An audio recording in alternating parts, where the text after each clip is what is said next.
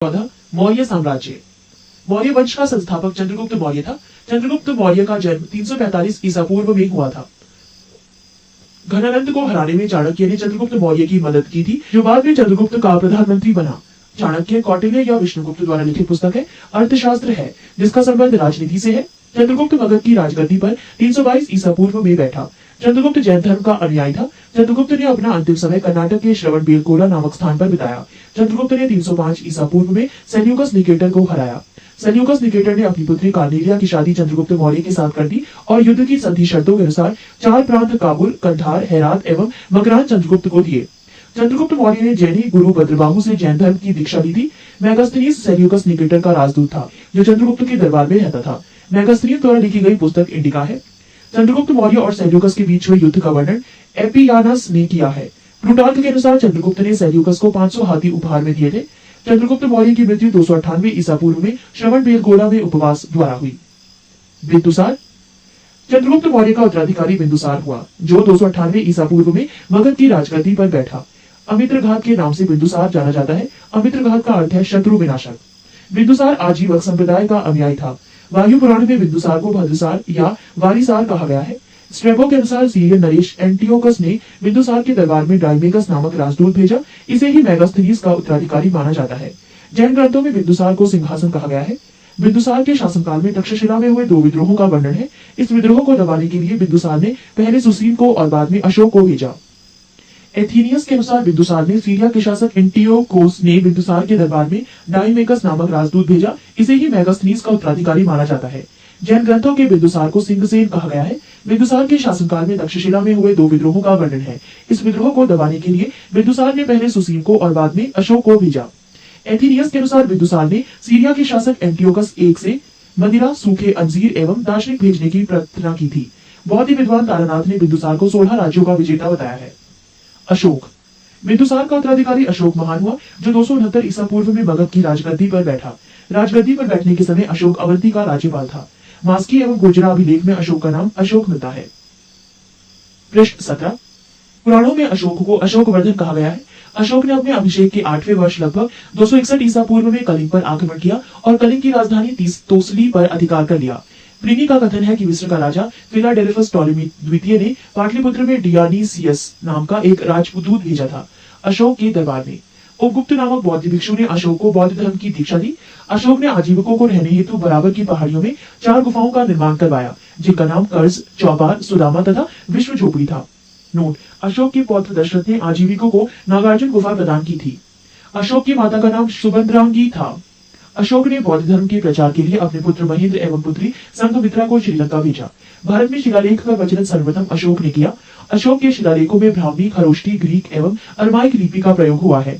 Greek एवं Aramaic लिपि का अभिलेख अफगानिस्तान से, खरोष्टी लिपि का अभिलेख उत्तर पश्चिम पाकिस्तान से और शेष भारत से ब्राह्मी लिपि के अभिलेख मिले हैं।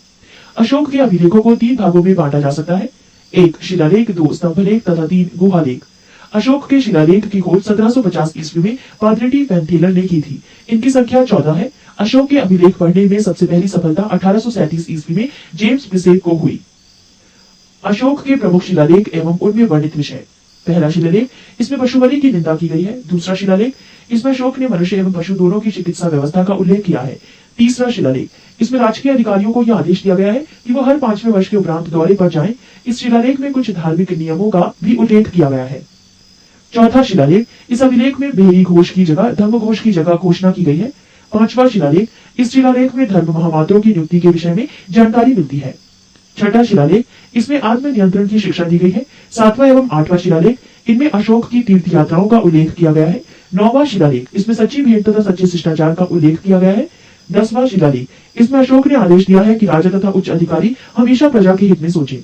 11वां शिलालेख, इसमें धर्म की व्याख्या की गई है। 12वां शिलालेख, इसमें स्त्री महामात्रों की नियुक्ति एवं सभी प्रकार के विचारों के सम्मान की बात कही गई है। 13वां शिलालेख, इसमें कलिंग युद्ध का वर्णन एवं अशोक के हृदय परिवर्तन की बात कही गई है। इसी में पड़ोसी राजाओं का वर्णन है। 14वां शिलालेख, अशोक ने जनता को धार्मिक जीवन बिताने के लिए प्रेरित किया। पृष्ठ 18। अशोक के स्तंभ लेखों की संख्या 7 है, जो केवल ब्राह्मी लिपि में लिखी गई है। ये 6 अलग अलग स्थानों से प्राप्त हुआ है। 1 प्रयाग स्तंभ लेख, ये पहले कौशाम्बी में स्थित था। इस स्तंभ लेख को अकबर ने इलाहाबाद के किले में स्थापित करवाया। 2 दिल्ली टोपरा, ये स्तंभ लेख फिरोज शाह तुगलक के द्वारा टोपरा में दिल्ली लाया गया। 3 दिल्ली मेरठ, पहले मेरठ में स्थित ये स्तंभ लेख फिरोज शाह द्वारा दिल्ली लाया गया है। 4 रामपुरवा, ये स्तंभ लेख चंपारण बिहार में स्थापित है। इसकी खोज 1872 ईस्वी में कार्ललाइल ने की। 5 लौरिया अलीराज, चंपारण बिहार में। 6 लौरिया नंदनगढ़, चंपारण बिहार में। इस स्तंभ पर मोर का चित्र बना है। कौशाम्बी अभिलेख को रानी का अभिलेख कहा जाता है। अशोक का सबसे छोटा स्तंभ लेख लुम्बिनी है। इसी में लुम्बिनी में धम्म यात्रा के दौरान अशोक द्वारा भू राजस्व की दर घटा देने की घोषणा की गई है। अशोक का 7वां अभिलेख सबसे लंबा है। प्रथम पृथक शिलालेख में ये घोषणा है कि सभी मनुष्य मेरे बच्चे हैं। अशोक का शार ए गुना कंदहार अभिलेख ग्रीक एवं आर्मेक भाषाओं में प्राप्त हुआ है। साम्राज्य में मुख्यमंत्री एवं पुरोहित की नियुक्ति के पूर्व इनके चरित्र को काफी जांचा परखा जाता था।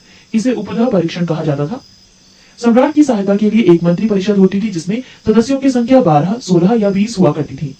अर्थशास्त्र में शीर्षस्थ अधिकारियों के रूप में तीर्थ का उल्लेख मिलता है जिसे महामात्र भी कहा जाता था। इसकी संख्या 18 थी। अर्थशास्त्र में जल जासूस को कहा जाता था। मौर्य प्रांत और राजधानी उत्तरापथ तक्षशिला, अवंती राष्ट्र उज्जैनी, कलिंग तोसरी, दक्षिणापथ सुवर्णागिरी, प्राशी पूर्वी प्रांत पाटलिपुत्र। अशोक के समय मौर्य साम्राज्य में प्रांतों की संख्या 5 थी। प्रांतों को चक्र कहा जाता था। प्रांतों के प्रशासक कुमार या आर्यपुत्र या राष्ट्रपिता कहलाते थे। प्रांतों का विभाजन विषय में किया गया था जो विषयपति के अधीन होते थे। प्रशासन की सबसे छोटी इकाई ग्राम थी जिसका मुखिया ग्रामीण कहलाता था। प्रशासकों में सबसे छोटा गोप था जो 10 ग्रामों का शासन संभालता था। मेगास्थनीज के अनुसार नगर का प्रशासन 30 सदस्यों का एक मंडल करता था जो 6 समितियों में विभाजित था। प्रत्येक समिति में 5 सदस्य होते थे। अर्थशास्त्र में वर्णित तीर्थ 1 मंत्री प्रधानमंत्री, 2 पुरोहित धर्म एवं दान विभाग का प्रधान, 3 सेनापति सैन्य विभाग का प्रधान, 4 युवराज राजपुत्र, 5 दौबारिक राजकीय द्वार रक्षक, 6 अंतर्वैदिक अंतःपुर का अध्यक्ष, 7 समाहर्ता आर्य का संग्रहकर्ता, 8 सन्निधाता राजकीय कोष का अध्यक्ष, 9 प्रशासता कारगर का अध्यक्ष, 10 प्रदेश की कमिश्नर, 11 पौर नगर का कोतवाल, 12 व्यवहारिक प्रमुख न्यायाधीश, 13 नायक नगर रक्षा का अध्यक्ष, 14 कर्मांतिक उद्योगों एवं कारखानों का अध्यक्ष, 15 मंत्री परिषद अध्यक्ष, 16 दंडपाल सेना का सामान एकत्र करने वाला, 17 दुर्गपाल दुर्ग रक्षक, 18 अंतपाल सीमावर्ती दुर्ग का रक्षक। पृष्ठ 19। बिक्री कर के रूप में मूल्य का 10वां भाग वसूला जाता था। इसे बचाने वालों को मृत्युदंड दिया जाता था। मेगास्थनीज के अनुसार एग्रीनो मोई मार्ग निर्माण अधिकारी था। जस्टिन के अनुसार चंद्रगुप्त मौर्य की सेना में लगभग 50,000 अश्वारोही सैनिक, 9,000 हाथी एवं 8,000 रथ थे। प्लूटार्क या जस्टिन के अनुसार चंद्रगुप्त ने नंदों की पैदल सेना से 3 गुनी अधिक संख्या में अर्थात 60,000 आदमियों को लेकर संपूर्ण उत्तर भारत को रौंद डाला था। प्रशासनिक समिति एवं उसके कार्य। समिति और कार्य। प्रथम समिति कार्य उद्योग एवं शिल्प कार्य का निरीक्षण। द्वितीय समिति विदेशियों की देखरेख। तृतीय समिति जन्म मरण का विवरण रखना। चतुर्थ व्यापार एवं वाणिज्य की देखभाल। पंचम निम्नलिखित वस्तुओं के विक्रय का निरीक्षण। षष्ठ बिक्री कर वसूल करना। युद्ध क्षेत्र में सेना का नेतृत्व करने वाला अधिकारी नायक कहलाता था। सैन्य विभाग का सबसे बड़ा अधिकारी सेनापति होता था। मेगास्थनीज के अनुसार मौर्य सेना का रखरखाव 5 सदस्यीय 6 समितियां करती थी। मौर्य प्रशासन में गुप्तचर विभाग महामात्य सर्प नामक अमात्य के अधीन था। अर्थशास्त्र में गुप्तचर को गूढ़ पुरुष कहा गया है तथा एक ही स्थान पर रहकर कार्य करने वाले गुप्तचर को संस्था कहा जाता था। एक स्थान से दूसरे स्थान पर भ्रमण करके कार्य करने वाले गुप्तचर को संचार कहा जाता था। अशोक के समय जनपदीय न्यायालय के न्यायाधीश को राजुक कहा जाता था। सरकारी भूमि को सीता भूमि कहा जाता था। बिना वर्षा के अच्छी खेती होने वाली को अदैव मात्र कहा जाता था। मेगास्थनीज ने भारतीय समाज को 7 वर्गों में विभाजित किया है। 1 दार्शनिक, 2 किसान, 3 अहीर, 4 कारीगर, 5 सैनिक, 6 निरीक्षक एवं 7 सभासद। स्वतंत्र वैश्यावृत्ति को अपनाने वाली महिला रूपा जीवा कहलाती थी। नंद वंश के विनाश करने में चंद्रगुप्त मौर्य ने कश्मीर के राजा प्रवर्तक से सहायता प्राप्त की थी। मौर्य शासन 137 वर्षों तक रहा। मौर्य वंश का अंतिम शासक बृहद्रथ था। इसकी हत्या इसके सेनापति पुष्यमित्र शुंग ने 185 ईसा पूर्व में कर दी और नगद पर शुंग वंश की नींव डाली।